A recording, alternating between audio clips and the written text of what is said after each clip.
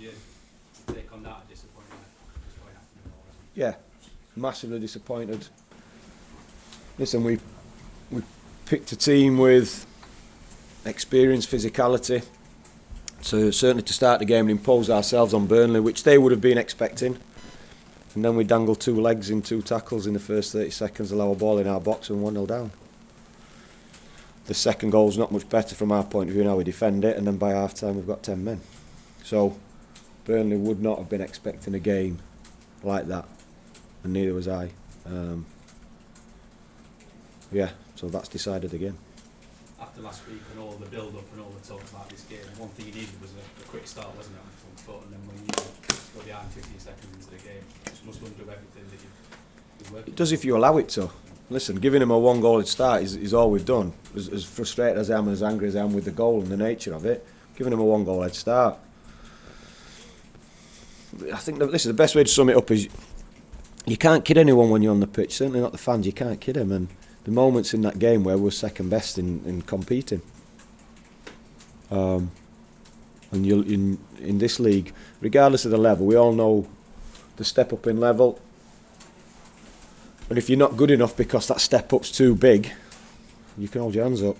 But if you want a career at this level, if you want to stay here as a group or as an individual, you have to embrace the league and you have to embrace the challenge of it. And as I said, you can't kid anyone, and people know who is playing without fear and playing with the freedom and the excitement with what the Premier League should bring. There's a lot of anger, a lot of frustration on the terraces from the away end. Can you understand that based on what you've seen? Yeah, I bet they're nearly as angry as me. You touched on Ollie before, obviously now he's banned for 2 games, that must only add to the frustration as well. Obviously, an experienced player just back from injury after a month out, 2-0 down, stroke at half time. Does he need to do that? No. Jump that second ball. Have you told him that? Yeah. There's a lot of obviously question marks about your position, your chance, but the first time from the crowd, do you still feel you're the right man to turn this around? Nothing will change in that respect, Danny. I've had this now since the beginning of September, and one thing I can say, that I can walk out of this stadium with me head held high. I know how hard I work, and for everyone at the club, that won't change. I'll make sure the staff will do the same, and we'll continue to give everything we've got with what we've got. That won't change.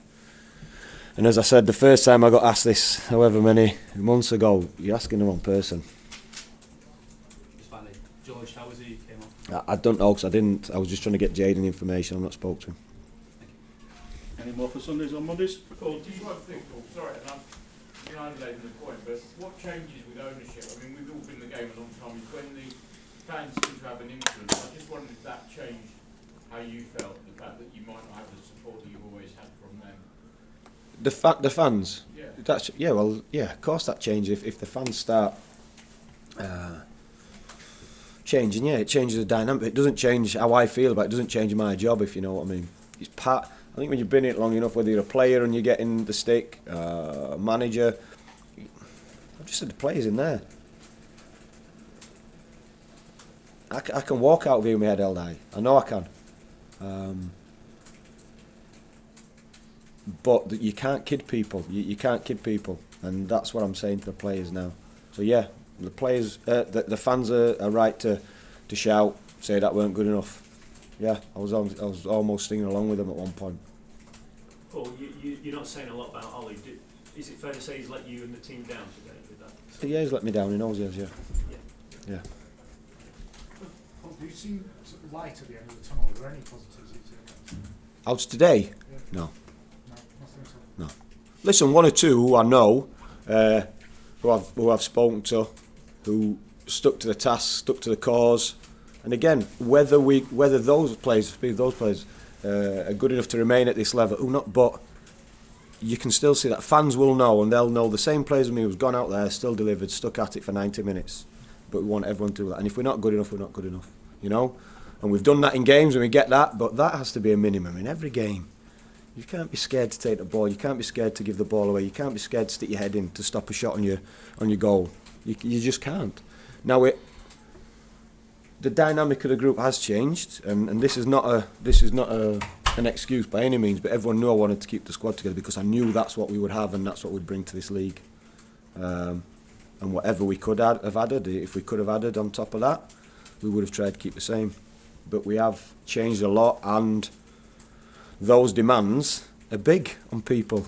It's not so much. It's not as big if you're dominating the ball, if you're on top every week, and these little things don't get scrutinised as much, and you can get away with maybe not tracking a run every now and again. No, not in this team. We can't. So everyone who's come into it needs to get that. Everyone who's been left out today needs to get that. Everyone who's going to get a chance further down the line needs to get that. Otherwise, the fans are well within the rights to have a go.